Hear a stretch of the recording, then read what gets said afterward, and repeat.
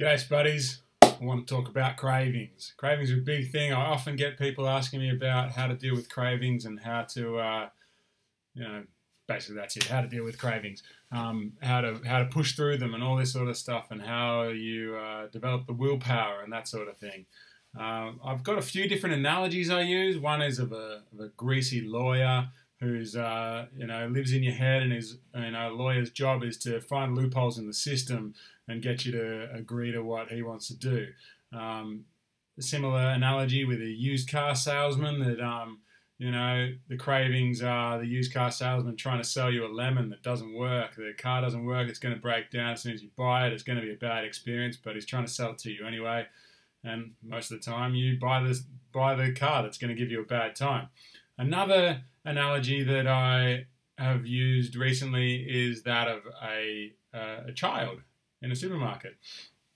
We go to the supermarket. Most of us, well, not most of us, lots of us have got kids, but if you haven't got kids, you've probably been to a supermarket at some point and seen a small child having a tantrum because they want a little chocolate thing. In Australia, we have these things called Freddo Frog, a little Freddo Frog.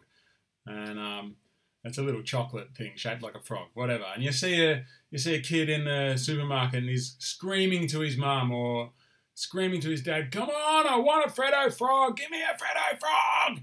And and the parents going, "No, you can't have a Freddo Frog." If it's I think every now and then you just can't handle it if you're a parent. but a good parent having a good moment would say, "No, you can't have the Freddo Frog."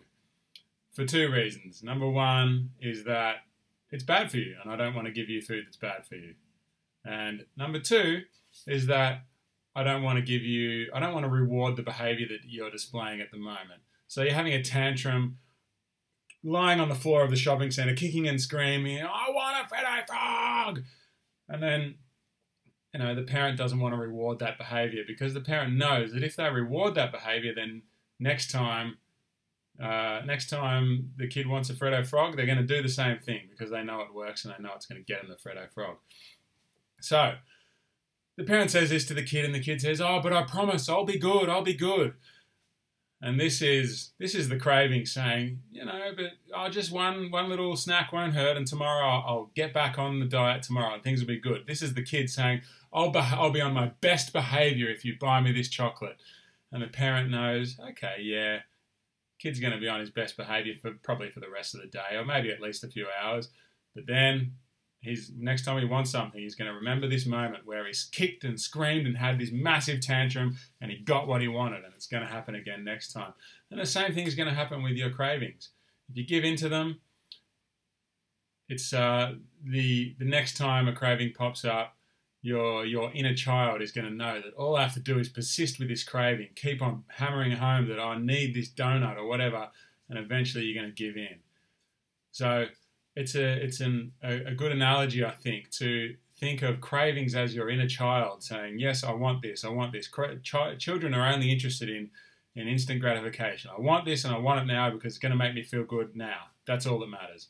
And the parent's job is to understand that there's more to life than instant gratification, and I have to give this child what he needs rather than what he wants. And what he wants and what he needs are not always the same thing. What this child that's kicking and screaming on the floor of the supermarket needs is a loving and caring and supportive parent to show them and teach them, number one, what is healthy for them, and number two, what are the right ways to behave. And your inner cravings, your inner child, your cravings need the same thing from you. They need you to understand that the things that you're craving are not going to give you what you need from life. They're going to give you instant gratification through taste and through fireworks in your brain, but they're not going to give you what you need from life. You need to teach the cravings that they're not going to be fulfilled, and that the more times a craving comes and has that tantrum in your head and is not fulfilled, the next time it's going to get weaker.